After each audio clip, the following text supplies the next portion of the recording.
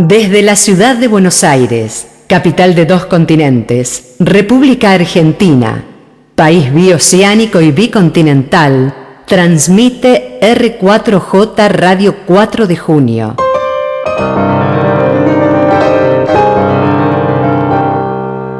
La radio para una Argentina justa, libre y soberana. Auspicia Asociación Mutual Héctor Pedro Blomberg. Asóciese llamando al 2135-7503. La siguiente es una producción de Academia Records.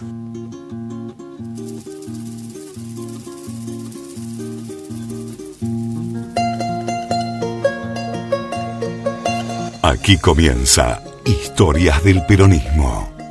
Un espacio de revisionismo histórico para evitar tergiversaciones y conocer en profundidad la historia del movimiento creado por el general Juan Domingo Perón. Historias del Peronismo.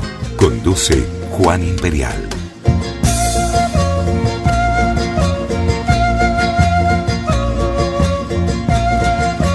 ¿Qué tal? ¿Cómo le va? Muy buenas noches. 21:06 en toda la Argentina, Antártida, Islas Malvinas.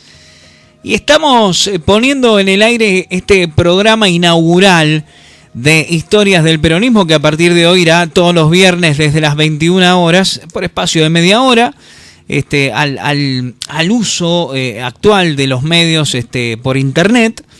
Y que pretende, como decía nuestro presentador, la voz de Carlitos Salvamonte, hacer revisionismo histórico y fundamentalmente rescatar la historia profunda del peronismo, porque el peronismo no es solo la marchita, porque el peronismo no es solo la imagen de Perón y de Evita, el peronismo tiene una historia muy profunda, fundamentalmente basado en sus mártires, basado en sus héroes y también en sus veteranos, que tiene por suerte todavía, y con alguno de ellos tenemos la posibilidad siempre de charlar. Así que bueno, esta es la idea de este ciclo radial que comienza hoy en su programa inaugural, el programa número 1, en este 2 de agosto de 2019. Vamos a conocer en este ciclo, insisto, la historia profunda del peronismo en sus nombres propios, en la historia de sus nombres propios y fundamentalmente contado en primera persona, por lo que lo protagonizaron directamente. Juan Solito de la operación técnica y puesta en el aire, Lala Rosaica y Susana Manes en la producción, y la idea y conducción de quien les habla, de Juan Imperial.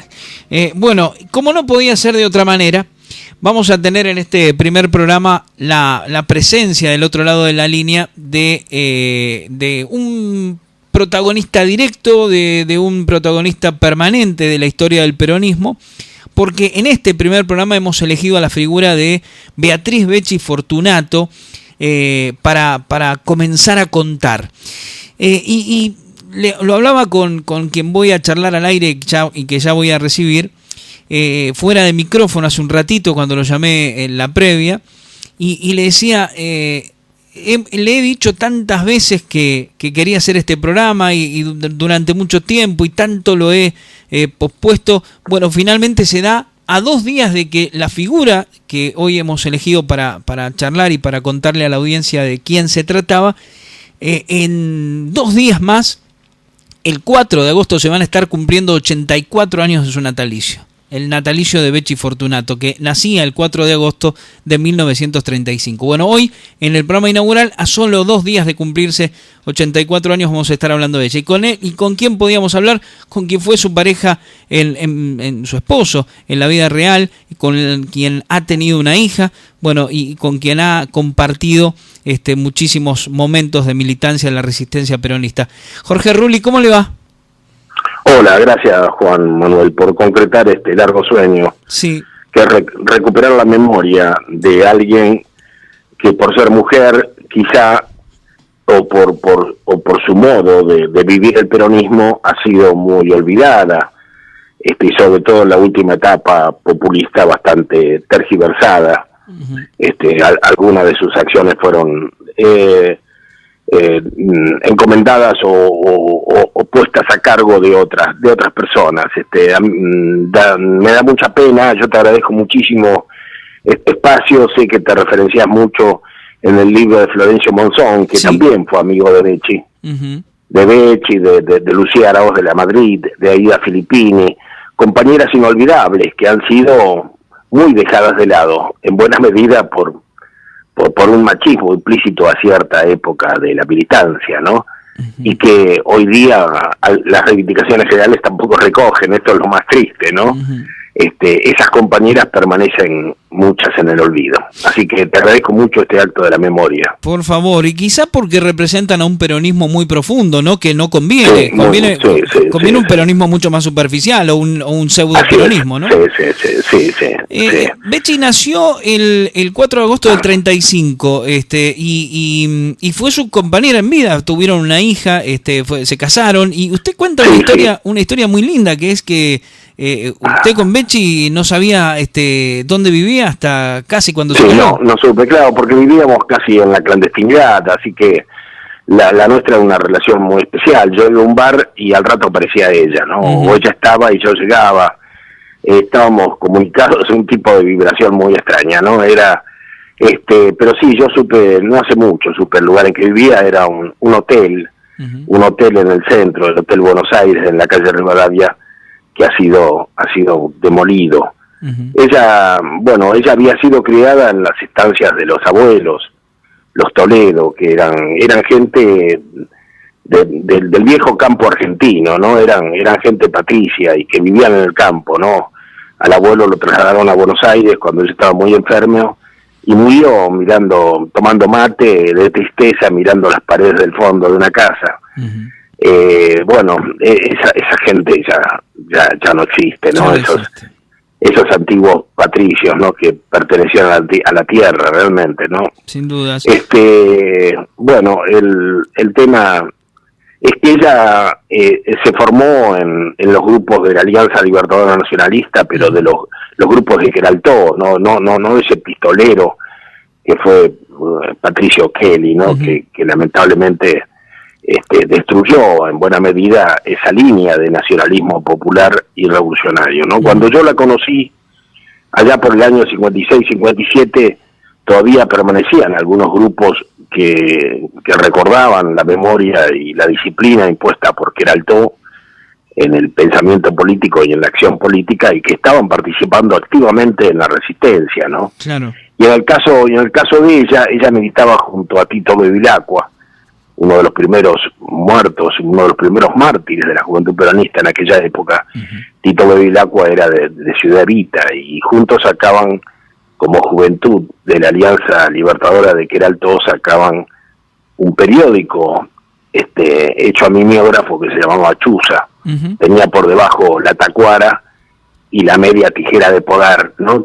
Con la que los montoneros, los gauchos improvisaban un arma realmente terrible, ¿no? Para el enemigo siempre, ¿no? En fin, Y usted a ella la definía como falangista de izquierda. Sí, ella tenía, digamos, esa tradición y era muy de izquierda, pero ahora es muy difícil de hablar de esto, ¿no? De origen falangista, pero muy de izquierda, muy radicalizada. Justamente por eso va a tener problemas con otros sectores, porque la imaginaba al marxista cuando en realidad no lo era. Tenía una capacidad de análisis crítico, ¿no? Yo en buena medida me siento, en la medida en que en gran medida ella me formó en aquella época de juventud, me siento heredero también de las penas que da esto de tener un pensamiento crítico, ¿no? De analizar las situaciones, ¿no? Vos sabés, en mis libros yo trato de entender qué está pasando, qué le pasa al peronismo, qué le pasa al mundo, ¿no? Qué pasa con los transgénicos, qué pasa con la globalización. En ese sentido ella era una anticipada, ¿no? A su propia historia. Había leído, para mí en aquel entonces, sentía que había leído todo lo que se podía leer, ¿no? Sí, usted había estudiado Derecho, no terminó, pero sí, era una lectora infatigable, ¿no? Sí. Usted le contaba en alguna anécdota que no había libro que ella no había leído. Claro, estos grupos nacionalistas eran muy ilustrados y vivían la política como un sacerdocio, como un servicio, ¿no? Eran absolutamente dedicados. Ellos Es decir, en la época de la resistencia peronista ellos salían a diario, ¿no? Yo no sé, realmente no sé cómo soportaban la tensión de salir todos los días a poner explosivos y hacer acciones, pero infatigablemente, ¿no? Porque era la dictadura militar, la dictadura de Aramburu y Rojas, y Perón había ordenado paralizar el país y no dar tregua. Y estos grupos eran realmente estaban totalmente comprometidos, ¿no? con esa directiva de Perón, ¿no? Y realmente el país se hizo insostenible para la dictadura. Tuvo que convocar elecciones, ¿no? Claro. Y ahí fue en esa época de muchísima tensión interior cuando nosotros criticamos la conducción de John William Cook porque decide respaldar la candidatura de Arturo Frondizi por la UCRI, el radicalismo intransigente. Sí.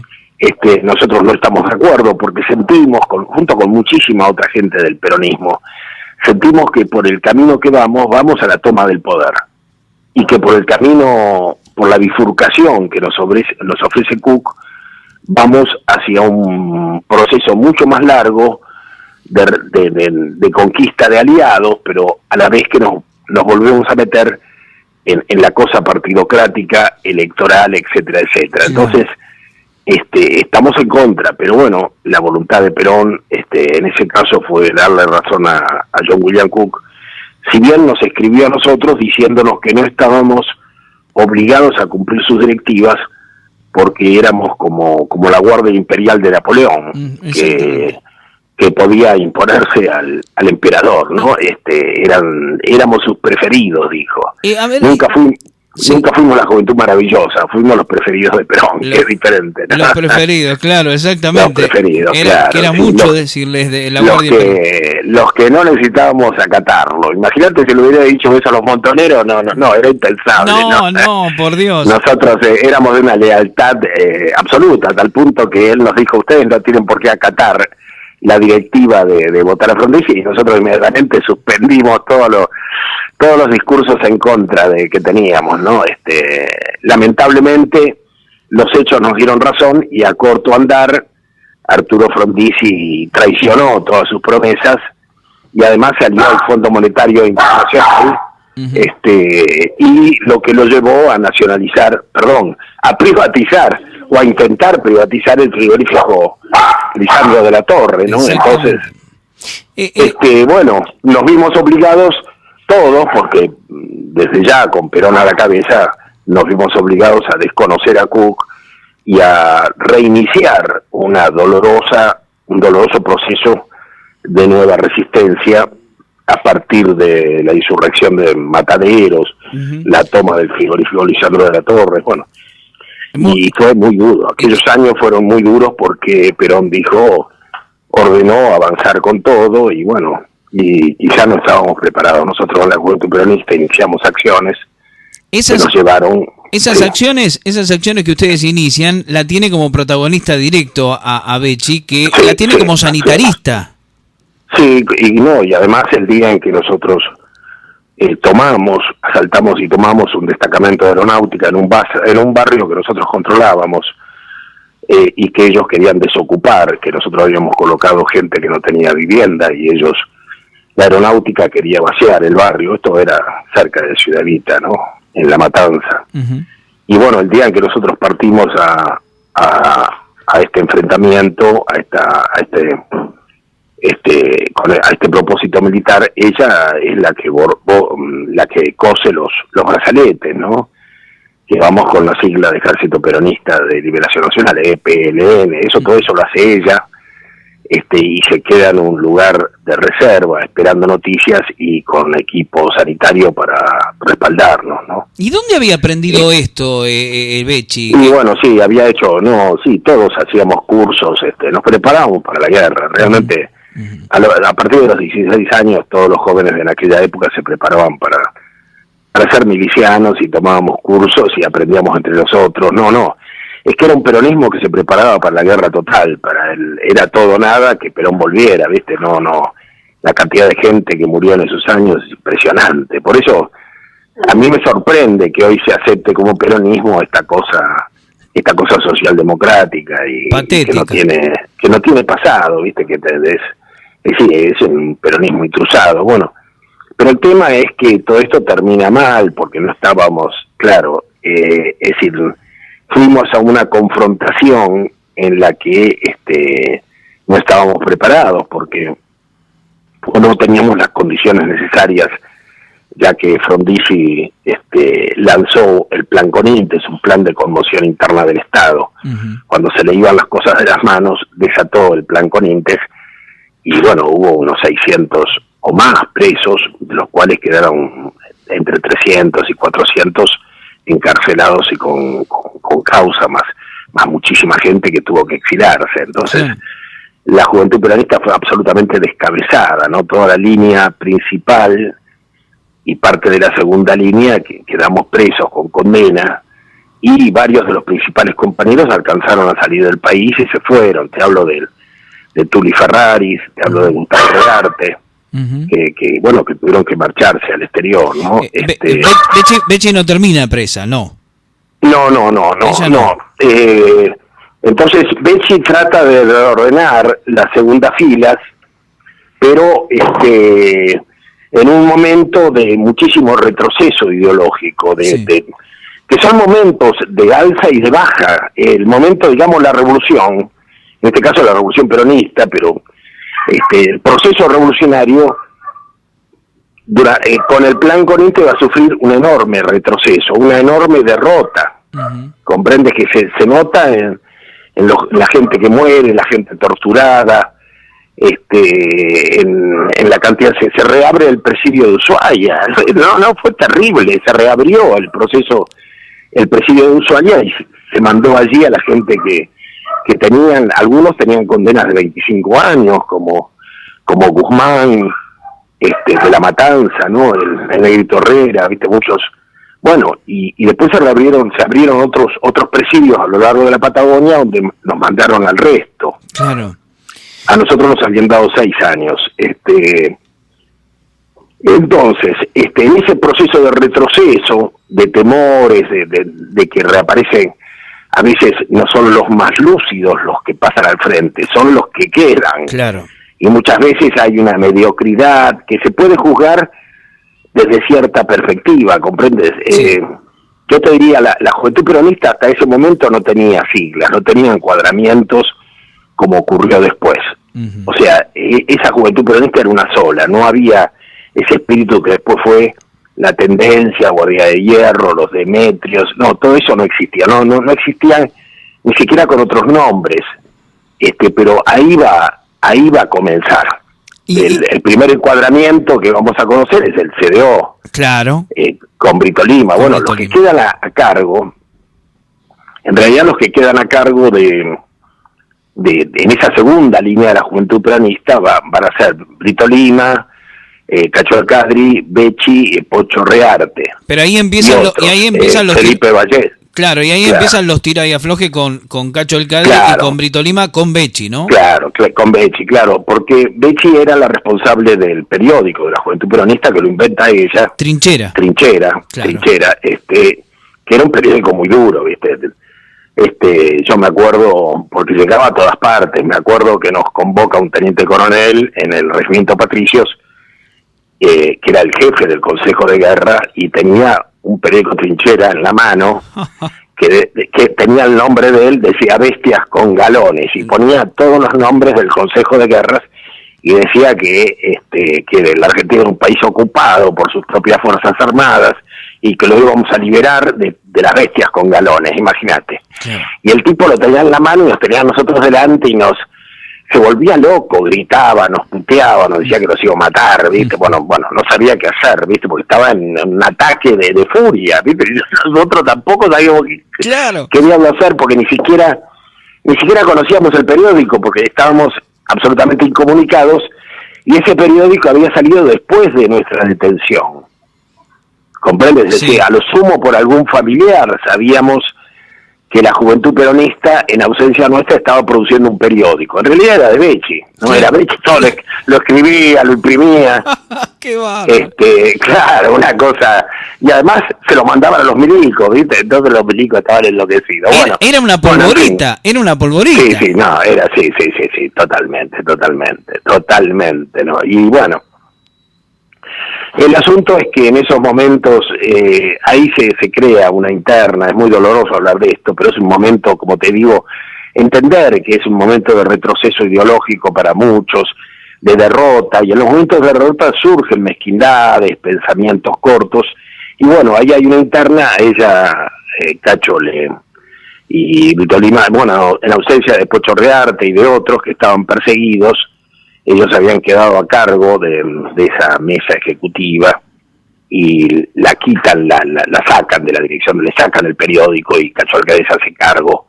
Y por supuesto el periódico cambia totalmente. Cacho también era un falangista, pero un falangista de derecha, ¿viste? Claro. A partir del cuarto, quinto número,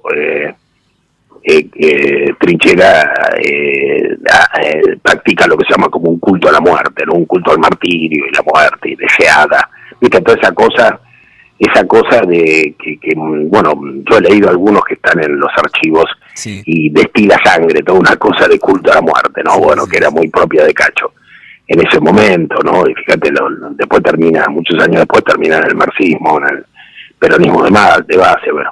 Pero bueno, son estas cosas que suelen ocurrir en estos dolorosos procesos revolucionarios. Y a ella le Y afecta... ahí el problema que hay es que se produce una división, Claro. y entonces se forma el comando de insurrección con Pocho Rearte a la cabeza, Julio Bornek, Sánchez Bamón, de un montón de gente, y Felipe Vallés. Bueno, son épocas en que se están preparando algunos grupos guerrilleros de la izquierda, aparece Norma Kennedy también militando, rompiendo con el Partido Comunista, son los años 60. Claro. Ya está la Revolución Cubana, entonces empiezan a aparecer los primeros grupos expropiadores de la izquierda, Claro. que nunca habían existido, ¿comprende? Y bueno, y ahí alguien lo involucra a Pocho Rearte, hay un tiroteo en la calle Gascón, la policía cae un taller de armas de un grupo de izquierda, creo que provenían del Partido Socialista, pero un grupo escindido que se había ya inspirado por la Revolución Cubana, se proponía iniciar un proceso guerrillero urbano. Claro. Y bueno, los propios intervinientes, algunos de los partícipes, llega a la casa y se da cuenta que ya está la policía adentro. Tremendo. Entonces, con ingenio típico de estudiantes de clase media, busca un teléfono público y denuncia que hay un grupo terrorista en ese lugar. ¿Comprendes? Claro. Entonces, los que estaban adentro eran de la federal. Los que llegan son de la policía provincial. Convencidos de que es un grupo terrorista, se entabla un tiroteo entre las policías terrible. Fue una picardía. Y resulta que matan a 2 suboficiales. Se matan entre ellos. Qué bárbaro. ¿Comprendes? Qué bárbaro. Entonces, estas cosas que ocurrían, bueno, esto es anecdótico, pero pinta una situación prebélica que estamos viviendo. Y bueno, y en este marco empiezan a torturar gente, y algunos de los detenidos inculpa para desviar la investigación, lo inculpan a Pocho Rearte, que no tenía nada que ver. Claro.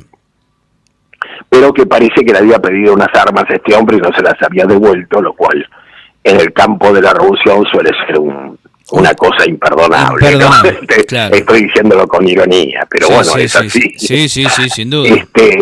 Bueno, el asunto es que lo inculpan a Pocho para que la investigación vaya a un punto muerto, y buscándolo a Pocho lo toman a Felipe y le quieren arrancar como ¿dónde está Pocho?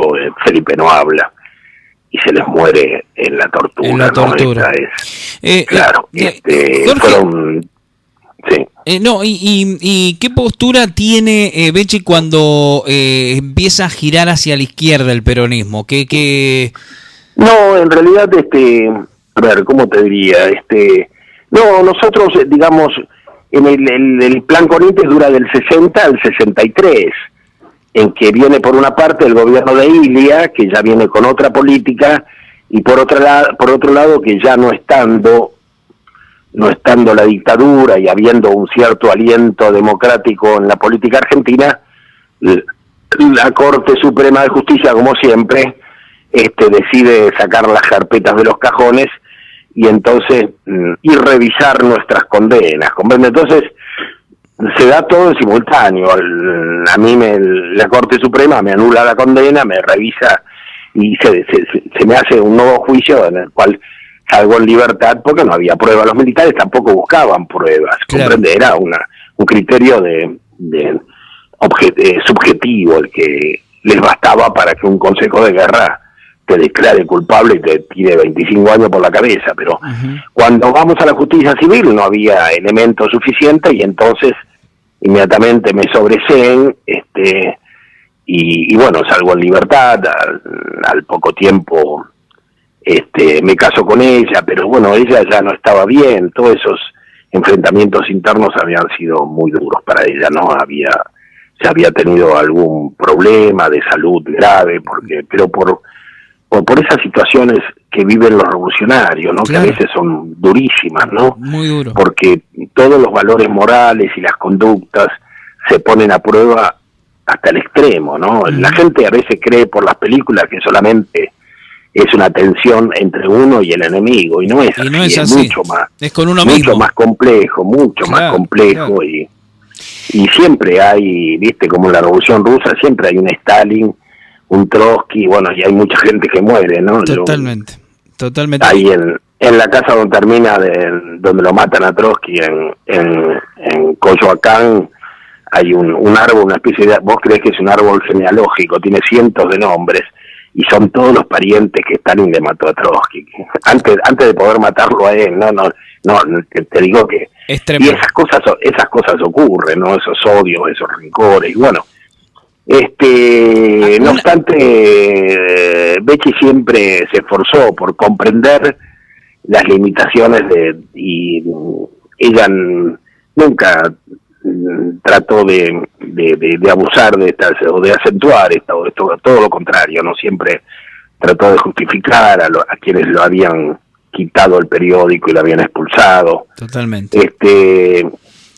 Jorge, y bueno, y siempre arrastró la pena de no saber qué había pasado con el hijo de Felipe, ¿no? Claro. Por eso yo se lo he contado, cuando apareció ya de grande en nuestra vida el hijo de Felipe Vallese, yo le he contado esto y de alguna manera en mis oraciones le transmitía a Becchi este destino, ¿no? Que el pibe había aparecido, ¿no? En fin, más allá de muchísimas vicisitudes por los que tuvo que pasar después de la desaparición de su padre, ¿no?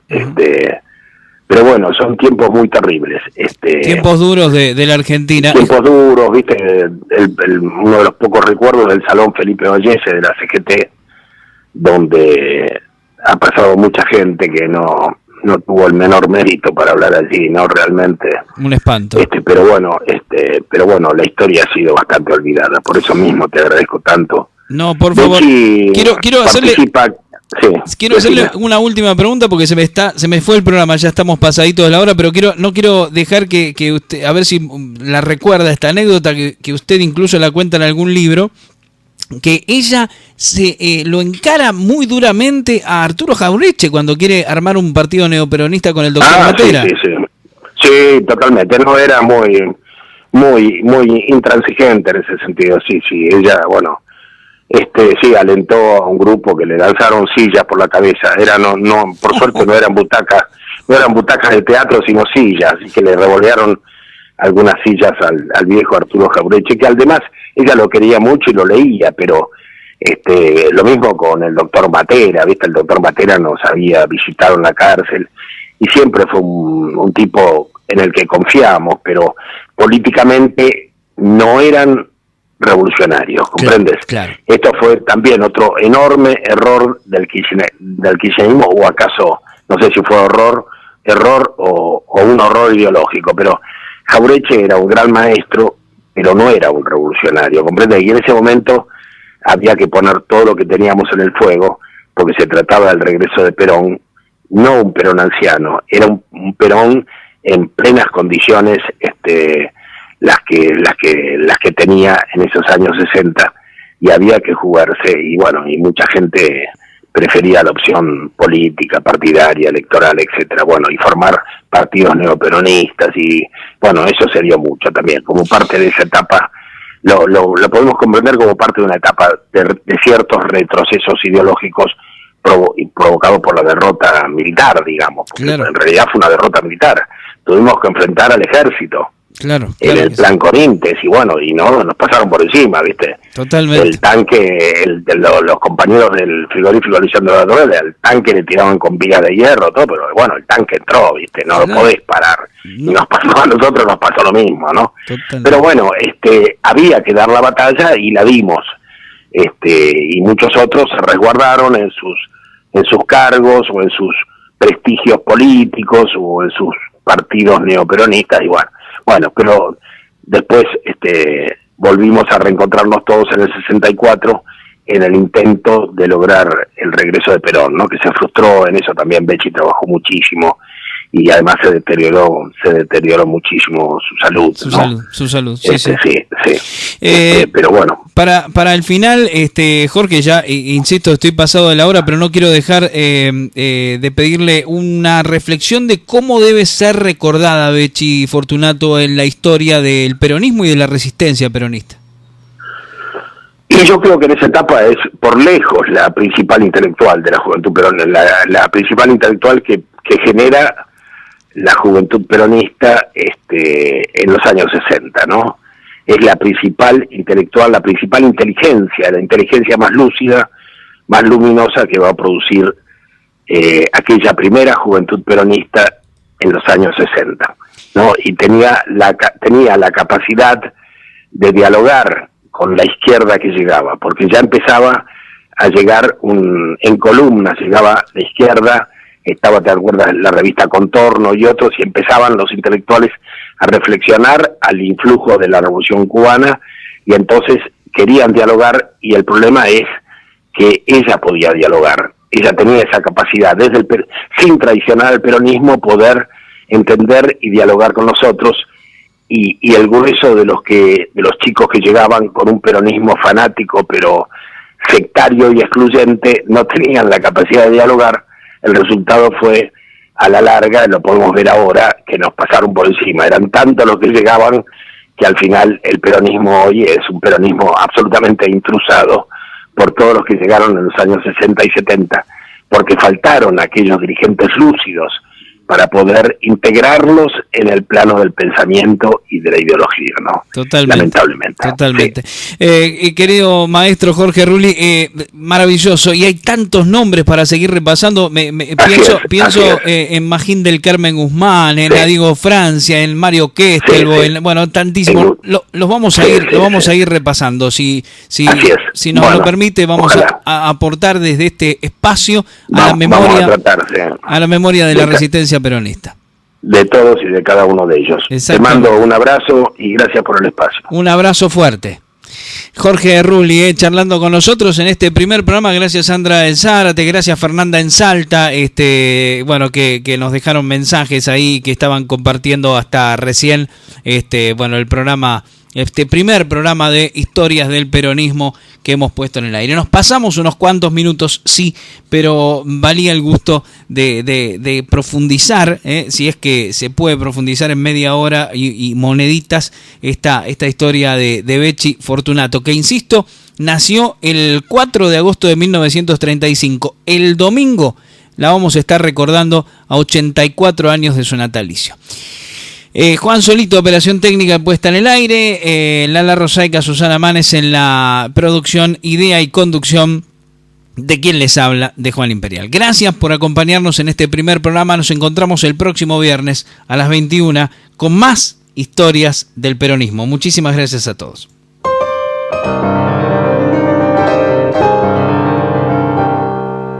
Las 24 horas, todos los días del año, escucha www.radio4dejunio.com.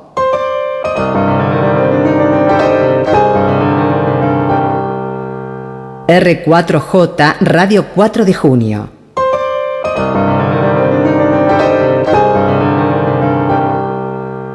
La radio para una Argentina justa, libre y